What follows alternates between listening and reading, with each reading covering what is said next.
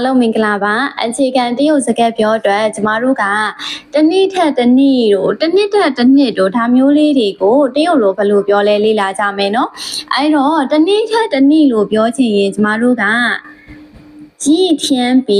一天လို့ရေးလိုက်ရုံပဲเนาะကျမဒီနေရာမှာတော့ first တုံးလေးပဲရေးလိုက်မယ်เนาะဖတ်တဲ့အခါမှာတော့ကျမတို့ကyiလို့ဖတ်မယ်เนาะ一天比一天တစ်နေ့ထက်တစ်နေ့တစ်နှစ်ထက်တစ်နေ့လို့ပြောချင်ရင်一年比一年ဒါဆိုရင်တစ်နှစ်ထက်တစ်နှစ်ရမယ်နော်အဲ့တော့ဒီမှာဝါကြလေးရေးထားတယ်ရာသီဥတုကတစ်နေ့ထက်တစ်နေ့ပူလာတယ်ဒါမျိုးလေးရေးမယ်ဆိုရင်ရှေ့ကနေရာသီဥတုဖြစ်တော့天气一天比一天热了နောက်ပြီးရင်ကျမ်းမာရေးတစ်နေ့ထက်တစ်နေ့ကောင်းလာတယ်ဒါမျိုးလေးရေးချင်တော့ကျမကကျမ်းမာရေးကို身体လို့ပဲသုံးလိုက်မယ်နော်身体一天比一天ကောင်းလာတယ်ဆိုတော့လွယ်လွယ်လေးပဲ好了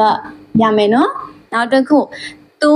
တစ်နှစ်ထက်တစ်နှစ်ပိုကြိုးစားလာတယ်ဒါမျိုးလေးရေးချင်ရင်သူဆိုတော့他一年比一年ကြိုးစားလာတယ်ဆိုတော့努力他一年比一年努力了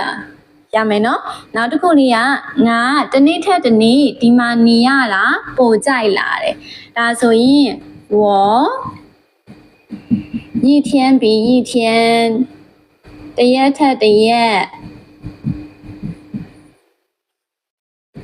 အဲ့တော့အရင်ဆုံးပိုကြိုက်လာတာကိုရေးမယ်နော်更喜欢